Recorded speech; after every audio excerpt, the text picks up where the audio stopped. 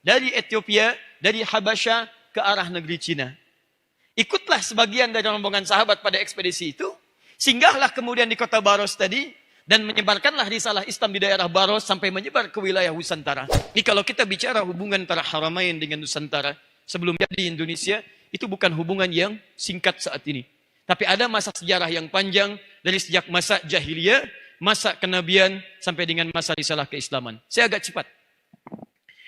Singkatnya, Islam mulai disampaikan, risalah mulai turun, ayat-ayat mulai disampaikan. Tapi yang paling menarik, setelah 5 tahun dalam proses dakwah, dimulai teman-teman sekalian, 610 Masehi, Nabi menerima wahyu, usia 40 tahun. Mempersiapkan diri, dakwah secara sembunyi-sembunyi, kemudian diberikan bimbingan oleh Allah selama 5 tahun, 615 Masehi. Di sini kita mulai materinya. Tahun 615 Masehi, kemudian diperintahkanlah oleh Allah dengan turunnya Quran, surah Al-Mudaththir, surah ke-74, dengan asbabun nuzulnya Anda temukan nanti di hadis riwayat Al-Bukhari, nomor hadis yang keempat sampai yang kelima, riwayat sahabat Jabir bin Abdullah radhiyallahu ta'ala anhu. Secara singkat, Nabi kemudian menyampaikan dakwah secara terang-terangan, mendapatkan respon yang tidak dibayangkan sebelumnya. Ada yang kemudian mencela, tidak sedikit yang meragukan, bahkan ada yang sampai menyakiti secara fisik. Singkatnya, Nabi meminta di antara para sahabat untuk sebagian berhijrah, mendapatkan tempat yang baik untuk menyelaraskan dan melanjutkan ajaran nilai keislaman. Maka 615 Hijriah ditandai dengan gelombang pertama hijrah, sahabat Nabi dipimpin oleh Ja'far bin Abdul Muttalib radhiyallahu ta'ala anhu ke satu negeri disebut dengan Habasyah. Sekarang dikenal dengan Ethiopia. Fokus. Ini jarang disebutkan dalam sejarah. Dan ada beberapa bagian yang harus kita perdalam kembali. Hijrah sebagian ke Habasyah. Tapi ada yang tidak tercatat dalam sejarah. Dalam ekspedisi hijrah itu, tiba-tiba setelah sampai di sana, diterima oleh Raja Najasyi, dan kemudian di akhir fatrah masuk Islam, yang paling menarik adalah ekspedisi diadakan pada saat itu, dari Ethiopia, dari Habasyah ke arah negeri Cina. Ikutlah sebagian dari rombongan sahabat pada ekspedisi itu, singgahlah kemudian di kota Baros tadi, dan menyebarkanlah risalah Islam di daerah Baros sampai menyebar ke wilayah Nusantara. Dari situlah kemudian dimulai penyebaran agama Islam sampai ke wilayah dari mulai Sumateranya sampai dengan ke ujung Papuanya. Sampai menyebar ada Malaysianya, Filipina bagian selatannya, Thailand bagian selatannya, ada Brunei Darussalamnya, ada Rakhine dengan suku Rohingya-nya. Jadi kalau kita berbicara tentang fase penyebaran awal keislaman, ternyata teman-teman sudah dimulai pada awal abad ke-7 Masehi. Awas, karena nanti ada seorang orientalis yang membuat rekayasa sejarah yang seakan-akan mengembangkan proses masuknya Islam ke Indonesia atau ke Nusantara, diakhirkan masanya sampai bahkan 5 abad setelahnya. Awas, hati-hati ya. Sebelum saya teruskan, saya ingin sampaikan pesan penting dulu.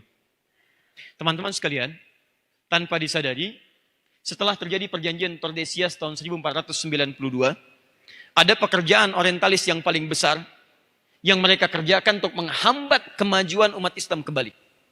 Di antaranya mereka menanamkan racun-racun bahkan pada informasi supaya tidak diketahui dengan benar oleh umat Islam di muka bumi ini. Saya beri contoh sederhana. Fokus ini. Tahu uang 1000? Tahu. Gambarnya apa di situ? Hah? Kapiten Patimura. Saya cek lagi. Tahu uang 500? Dulu? Yang selembaran? Gambarnya apa di situ? Jangan lihat ke sini. Lihat ke atas. Baik, dalam uang 1000 ada tulisan, ada gambar Kapten Patimura. Siapa nama aslinya? Thomas Matelusi. Pertanyaan saya, kalau yang jawab bukan mahasiswa UPI, saya maklumi. Tapi kalau yang jawab mahasiswa UPI Thomas Matelusi, saya pulang. Teman-teman, siapa yang menyampaikan pada Anda kalau Kapten Patimura itu nama aslinya Thomas Matelusi? Nama aslinya itu bukan Thomas, tapi Ahmad. Ahmad Lusi. Seorang kiai, punya pesantren. Seorang yang terdepan membela negara. Sampai dikatakan sebagai pejuang dan mendapatkan gelar pahlawan nasional. Coba, saya ingin tanyakan pada Anda, dari mana bisa berubah dari Thomas jadi Ahmad? Anda bayangkan. Kalau saya katakan Thomas, sekarang apa yang terbayang di benak kita? Oh, jangan jauh-jauh dulu. Banyak ya, Thomas itu ada kereta-keretaan, ada mobil-mobilan, kan? Ada piala badminton, Thomas dan sebagainya. Tapi kalau kita sebutkan Ahmad, itu gak ada yang lain. Ahmad, min ba'di ismuhu Ahmad, sekali disebutkan di Quran. Dzikra marra fil Quran fi surat As-Saff ayat as-sadisah. Surah As-Saff pada ayat yang ke-6. Ahmad, gak ada yang lain, pasti muslim. Pertanyaan saya, dari yang sederhana saja kok bisa berubah dalam nilai-nilai keislaman kita, dalam sejarah kebangsaan kita, kok bisa berubah dari Ahmad jadi Thomas? Pekerjaan siapa itu? Dan sekarang banyak nanti, sebagiannya akan ada dengan keterkaitan pembahasan kita. Oh, saya datang untuk menyampaikan informasi yang sangat penting dan kita berbagi. Ya, saya bukan datang pakai sepatu biru yang gak bisa apa-apa. Ya. Blue suka. Mohon maaf Pak Rektor. Baju biru, ya, sepatu hitam. Fokus sini, fokus ya. Kadang-kadang kamera yang tidak fokus sehingga tidak bisa mengambil sudut pandang yang sempurna sehingga terjadilah apa yang tidak diharapkan. Ayo lihat sini. Fokus lagi. Sebagian kemudian ikut hijrah. Dan yang hijrah itu mampir di baras. Disebarkan keislaman di sana. Menyebar Islam. Tiba-tiba datang Stockholm di kemudian hari mengatakan Islam baru muncul di Nusantara itu pada akhir abad ke-12. Datang di abad ke-7 disebutkan di abad ke-12. Buktinya apa? Buktinya muncul kerajaan Samudra Pasai di Aceh. Teman-teman coba pikir dengan logika sederhana. Jangan ditelan mentah-mentah. Bisa tiba-tiba Islam datang langsung bikin kerajaan luar biasa. Di mana masyarakat pada saat itu? Ada nggak mungkin orang datang ke sini saya bikin kerajaan langsung? Masya Allah.